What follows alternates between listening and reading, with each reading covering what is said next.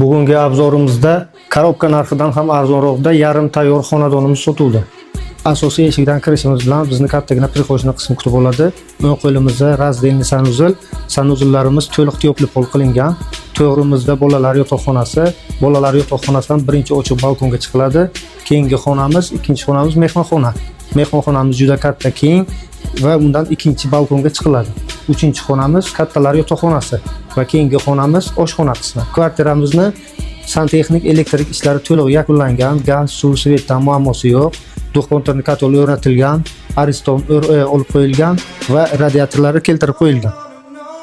Kvartiramizni umumiy maydoni 95 metr kvadrat bo'lib, har bir kvadrat metriga 6 million 200 ming so'mdan narxini baholab qo'ydik, yana kelishtirib beriladi.